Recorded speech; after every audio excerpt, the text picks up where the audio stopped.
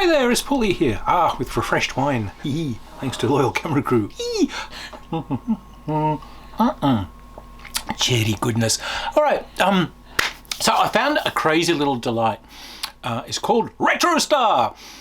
And this thing's absolutely kills. So, Retrostar is the role-playing game of cool 70s, early 80s, or 70s, 80s period sci-fi from TV.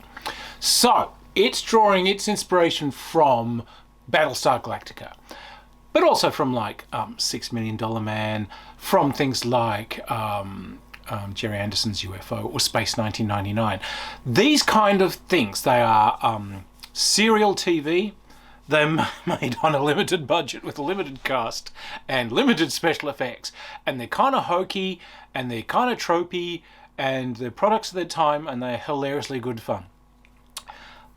So again, this is a love letter to a genre, and it's successful. They've done a wonderful job. So it's a little bit sad when you open the thing, because Richard Hatch was going to be doing a forward to the book and so on. He sort of put some holding notes there, and he's going to do more later. Well, unfortunately, this was published just as he died, so it's kind of memorializing him in many ways. This is a beautiful piece of work. So what you do is you generate a series. As an umpire, you come up with kind of a basic series idea. Now, these things have dials. They've got dials, things like romance, action, adventure, these kind of different things that happen. They've all got a number between 1 and 6. That's what the dial is set to for your base series. You cook up the premise and so on, you're pretty much ready to go. You tell your players, and they make characters. Now, as part of making their characters, the characters also have dials, which is sort of like, how romantic a figure they are. Are you the action hero? Are you the sciencey sort, and so on. These are dials that you set for yourself. But part of the core of this is that the adventures that you're in, it's a show. You're kind of living a show. And there is a limited special effects budget. So each character is given some special effects that come kind of as part of the character. It can draw on them without busting the special effects budget of the show. So, my guy is really, really good at, pew, pew, pew, shooting that laser. So I get some dice that goes into anytime I need to fire that gun. I'm the gun fiery one. We've got some special effects in there. It's not drawing from the show's special effects budget. This guy, he's really good at pulling strange sci-fi widgets out of his pocket. He's always got that sonic screwdriver. So you pre-book some of these things, consulting with the umpire. Now what the party can also do is you can make group special effects. Special effects that are pre-done, so they effectively don't draw from the special effects for each show. If we're looking at Battlestar Galactica, for instance, launch the fighters out of the tubes. Yes, we launch off and we fight these things, and pew pew, a fighter battle in the skies.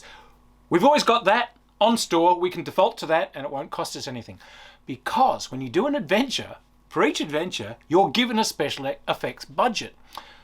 Normal kind of things that you do, they're just kind of skill rolls. I go through the door, I listen at this, whatever, those are fine. But anytime you do something kind of a bit more spectacular, it draws from the special effects budget.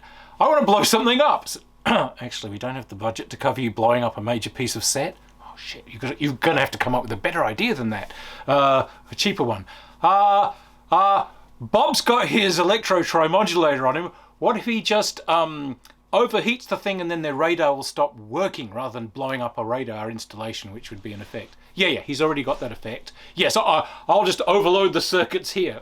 This is how you get away with this stuff. Explaining why these shows were made these ways. So you're adventuring, but you're adventuring on a flash and boom budget. I love it. Now, when you begin playing a adventure, you roll a d6 against the dials.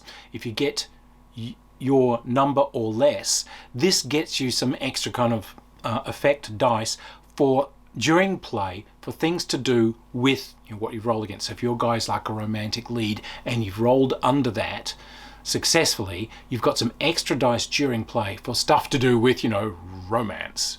Kirking someone, turning that guard, making them realize that, what is this? Tell me if there's a thing called kissing, or combat or science or whatever, so you can kind of pre-book some dice bonuses for yourself.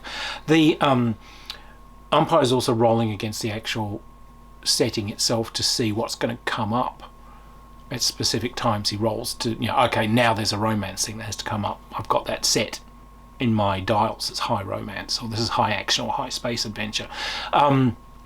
He can also give you extra budget at different times. Now, interestingly, there's no mechanism for killing player characters because main characters don't die. But at the end of a season, if someone's underperformed, their character might get written out. So you've got to keep performing, otherwise, he fell down an elevator shaft, or the part of Rokus will now be played by this completely different actor. The umpire gives you a whole new sheet because you underperformed. So it's been done with an air of real humour to it.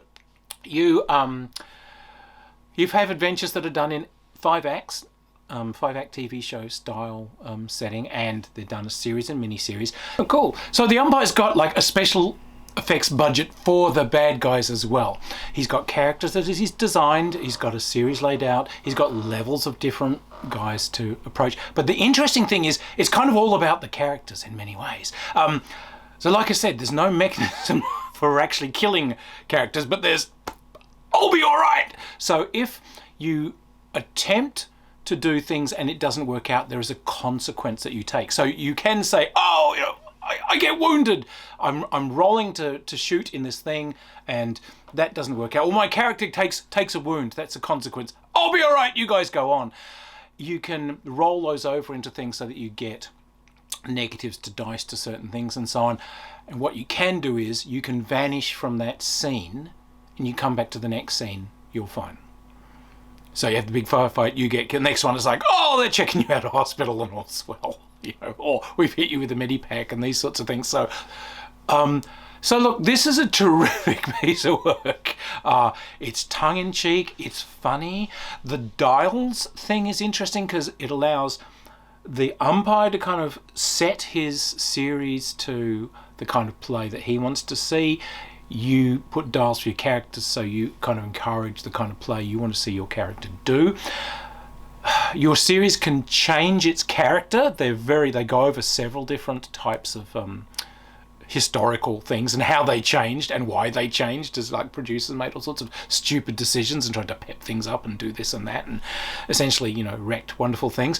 They have a whole series of different pre-done shows for you. So this one is, kind of Battlestar Galactica. This one's a very spy-based one. This is like moon base being attacked by aliens-y sort of one. This is a secret agent-y one. They've got some nice kickoffs for you to do. It's one of those things, as you start reading it, you start laughing.